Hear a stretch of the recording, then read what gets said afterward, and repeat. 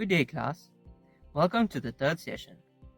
In this session, we will look at how to establish and prioritize business, financial, and operational goals and objectives for a new venture. Personal objectives are a part of several professional processes and documents, or even part of a corporate performance management program. Writing down your objectives serves as a tool for checking the progress made. There is a process for writing personal objectives.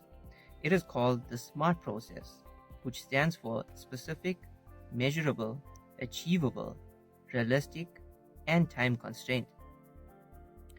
In order to set personal objectives, you need specific goals. Your objectives should state who else might be needed in order for you to achieve it. Specifically define what the objective will accomplish, why it is necessary, when it needs to be completed, and outline the process of accomplishing it. An objective should be measurable, meaning that the successful outcome must be quantifiable, and it also needs to be time constrained in order to create a sense of urgency to help you achieve your objective. Business analysis is the art of recognizing business needs and finding solutions to business problems. In order to start the business analysis process, you need to have clear goals and objectives. You can start by identifying the business functions, capabilities, and the decomposition so that you get a clear understanding of what the business does. Once you know what the problem is, then you need to come up with a solution. The solution must be in line with the existing process, which you are required to understand prior, because making changes to the process, procedures, and systems might have undesired consequences. One should have clear business objectives in order to know where the business is going. It is important to have the goals written out in order for the company to function as a unit to achieve them.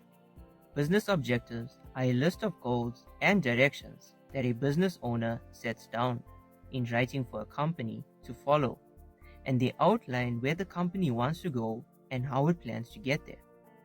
Everyone in the company is given a written sheet to compare their efforts and see whether they are working towards meeting the requirements of the company. Doing this allows everyone to know the company, what product it produces or service it renders, and its major competitors. Despite of the findings, the company should not fear taking risks. When writing business objectives, there are a number of things that you have to bear in mind, such as ensuring that the objectives is clearly expressed in a numerical term, setting a time frame for the completion of the objective.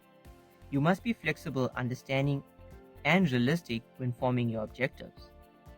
Business objectives need to be written and communicated to the entire company since they express the goals in an easy-to-follow manner. A vision statement is the framework for all the strategic planning, which may apply to the entire company, since it is where the company wants to be in the future. Creating a vision statement articulates your dreams and hopes for your business, constantly reminding you what you are trying to build, even though it might not specify the process, and gives an overall direction. You could use your mission statement and core competencies as a starting point for articulating your values, and try not falling into the trap of only planning 2 years ahead.